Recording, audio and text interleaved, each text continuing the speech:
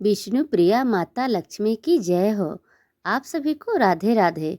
अमृत अंश में आप सभी का स्वागत है। आज मैं आप सभी को माता लक्ष्मी की कहानी सुनाने जा रही हूँ। कृपया कहानी को पूरा जरूर सुनें। अगर थोड़ी सी अच्छी लगे तो सब्सक्राइब जरूर कर दें।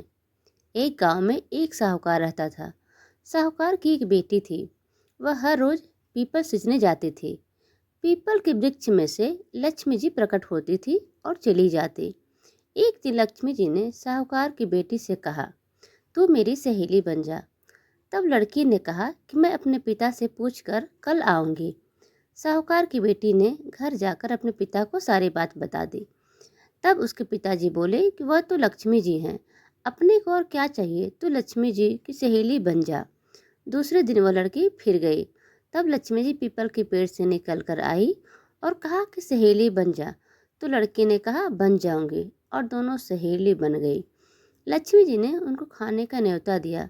घर आकर लड़की ने कहा, माँ बाप को कहा कि मेरी सहेली ने मुझे खाने का न्योता दिया है। तब पिताजी ने कहा कि सहेली के जिमने जाइयो, पर घर को संभाल कर जाना।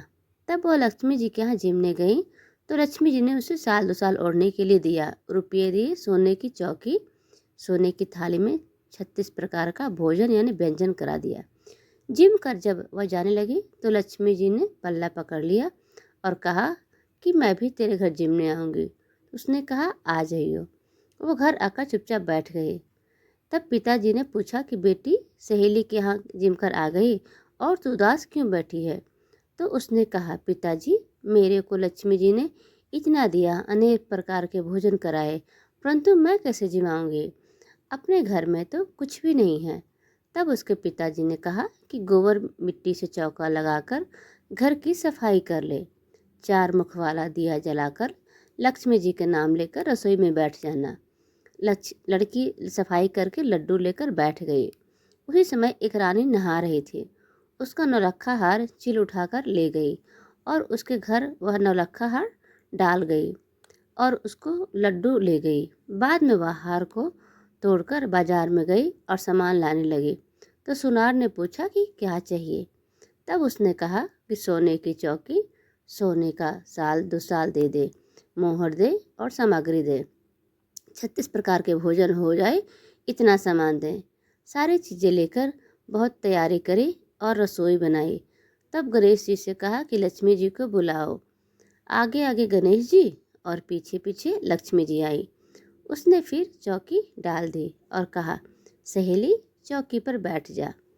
जब लक्ष्मी जी ने कहा कि सहेली चौकी पर तो राजा रानी के भी नहीं बैठी, किसी की भी नहीं बैठी, तो उसने कहा कि मेरे यहाँ तो बैठना पड़ेगा। फिर लक्ष्मी जी चौकी पर बैठ गई। तब उसने बहुत खातिर की। जैसे लक्ष्मी जी ने करी थी वैसे ही उसने करी। लक्ष्मी जी उस पर खुश हो गई। घर में खूब रुपया एवं लक्ष्मी हो गई। साहूकार की बेटी ने कहा, मैं अभी आ रही हूँ, तुम यहीं बैठी रहना। और वह चली गई। लक्ष्मी जी गई नहीं और चौकी पर बैठी रही। उसको बहुत दौलत दी। हे लक्ष्मी, जैसे तुमने साहूकार की बेटी को दिया वैसे ही सबको देना।